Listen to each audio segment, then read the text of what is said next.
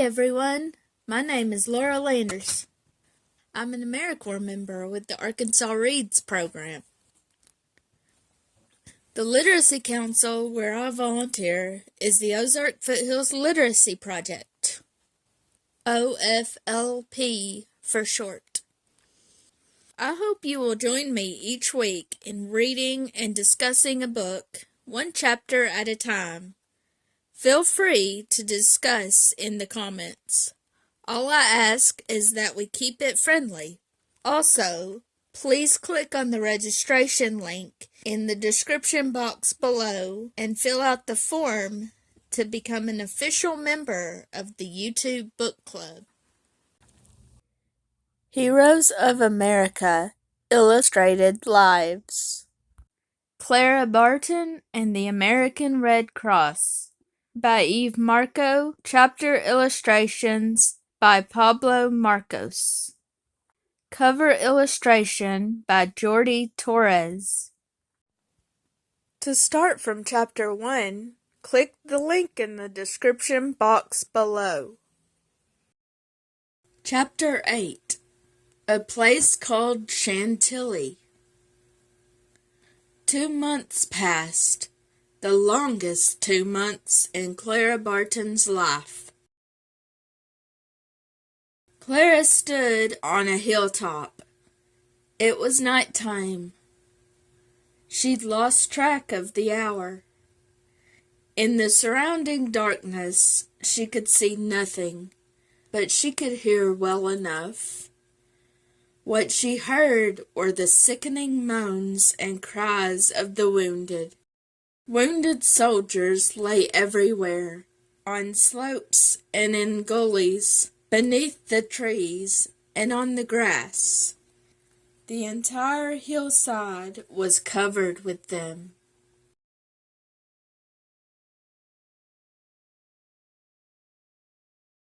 I knew our brave soldiers needed me here, Clara said softly to herself, but I never knew it would be like this. She was so tired she could hardly remember where she was. All she knew was that it was a place called Chantilly, somewhere in the state of Virginia. She heard a moan nearby. "Miss Barton!"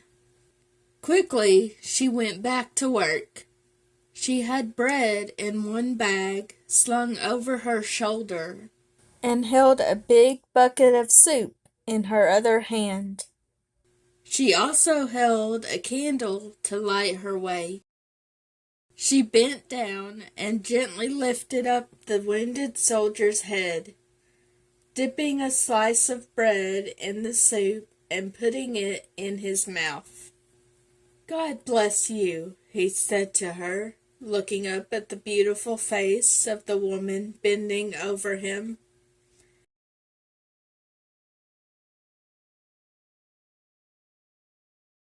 "You'll be fine," Clara told him. "Soon the train will come to take you to the hospital in Washington. Have courage." "Thank you, Miss Barton," the soldier whispered back to her. Clara looked like an angel of God to him, with the gentle smile that never left her face, and the strong, busy hands that could support the shoulders of even the biggest and strongest soldier in the army. Clara went further down the hill, stopping for each soldier. Down in the valley, she could see her helpers making more soup in big pots over an open fire. But the winds were so bad, the smoke blew into their faces. They could hardly see. "There's a storm coming," Clara thought, worried. It was the last thing they needed right now. She bent over a young boy, his shirt ripped into shreds over his chest. Suddenly, to her amazement, he wrapped an arm around her neck "Don't you know me?" he whispered to her. Clara looked at him in the faint light of the candle. There wasn't enough light to see. "I'm Charlie Hamilton," he said to her. "You were my teacher, and I used to carry your bag home from school." "Charlie Hamilton!" Clara exclaimed. "Of course I remember you." Quickly, she opened the bandage over Charlie's right shoulder. She could see that it needed to be replaced soon. Otherwise, the wound would get infected. She put down her soup and bread, took bandages out of her ample pockets, and began to wrap up the wound.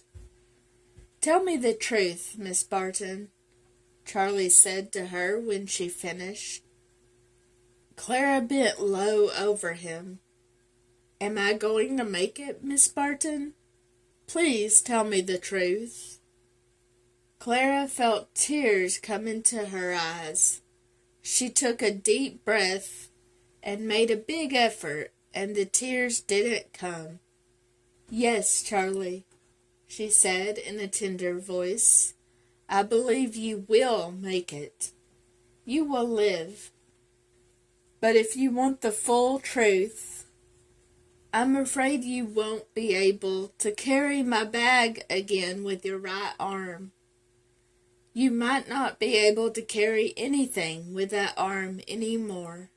I'm very, very sorry, my dear Charlie." A smile came over Charlie's face. "Then I'll carry it with my left arm, Miss Barton," he said.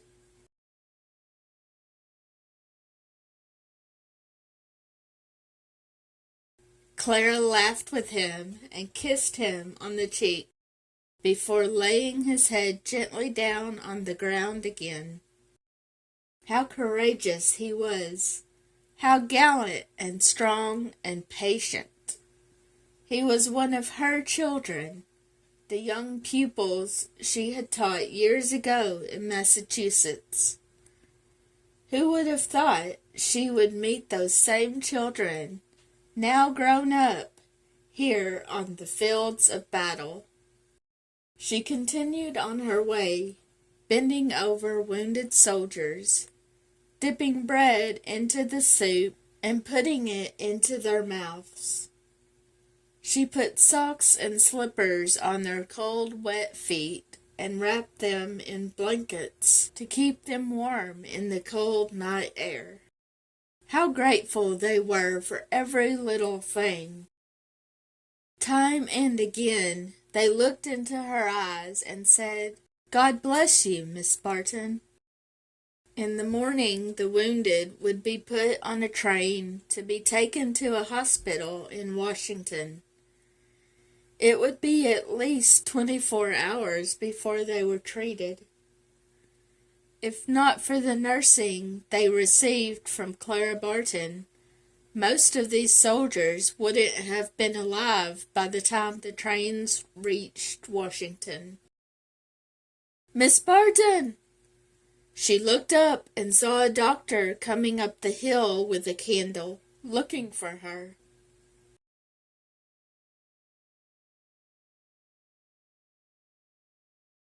She hurried toward him. "What is it, doctor?" "Come quickly, Miss Barton," the doctor said. "There's a young boy lying on the other side of the hill. He's badly hurt." "What's happened to him?" Clara asked, hurrying along. "He keeps crying for his sister," the doctor told her. "He's badly wounded in the stomach, Miss Barton. I don't think he'll live long, but his cries for his sister just break my heart." As soon as she approached the boy, Clara could hear the cries, "Mary! Mary! Come! I'm wounded, Mary! Oh, Mary, please come!" The doctor was right. The cries were so heartrending that Clara stopped in her tracks tempted to turn around and run back. This was the second battle in which she was nursing the sick. In her worst dreams, Clara never imagined it would be like this. So many wounded, so many hurt and dying. He's so young, Clara thought when she saw him. He's hardly old enough to be a soldier. "Mary!" he cried. "Mary, please come!" Clara knelt by him in the darkness. She said nothing. Instead, she put her arms around his neck, kissed his cold forehead, and laid her cheek against his. Suddenly, a smile appeared on the boy's face. "Oh, Mary!" he exclaimed with joy. "I knew you would come if I called you." Clara wrapped his feet closely in blankets to keep him warm. Then she lifted his face onto her lap, gave him some hot soup, and gently told him to rest. Bless you, Mary," the boy said, still thinking that Clara was his sister. Clara held him still. 1 hour passed, then another. Clara knew there were many other soldiers waiting for her, needing her services, but this boy kept on calling her Mary. The thought that his sister was holding him in her lap made him so happy that Clara couldn't bear to leave. She continued to sit there, holding his head gently. Finally, after 3 hours had passed, the boy fell asleep. When Clara put his head carefully down on the ground, a smile was on his lips. "I don't believe he will ever wake up," the doctor whispered to Clara. "At least he fell asleep thinking his sister had come to him," Clara said. "See how happily and sweetly he sleeps now." "You're a miracle worker, Miss Barton," the doctor said.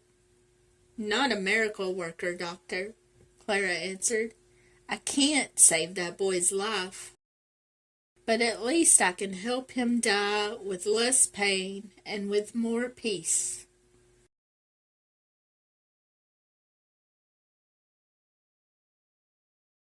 The doctor left, and Clara looked at the hills in the distance. It was already getting light. She hadn't slept a wink that past night, nor would she be able to sleep today, for today there was going to be a big battle. That meant that by the afternoon, more wounded would be brought to her, more soldiers needing her help. Who will win this battle? She wondered. The North? The South? She wished the North would win, so the war would end. No more bloodshed. No more death. No more wounded soldiers crying out, needing her help. But the war wasn't going to end yet, and that meant she had a job to do. She had to be right here, ready with bandages, food, drink, and encouragement whenever they needed her.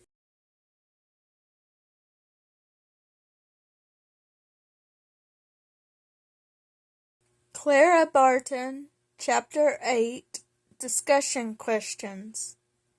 Number 1. Clara is described as looking like an angel of God, with the gentle smile that never left her face. But how did she feel in this chapter? Have you ever had to smile even when you didn't feel like it? Number 2. What did Clara do when a soldier mistook her for his sister? Has anyone ever mistaken you for someone else? How did you handle the situation? Did you correct them, or just move on and let them think they were right? Please post your discussion in the comments below. Also, remember to click on the link in the description box below to fill out the registration form and become an official member of the OFLP YouTube Book Club. Next week, I will post the next chapter and discussion questions, so be on the lookout for that. Thank you so much for listening and participating. Have a great week.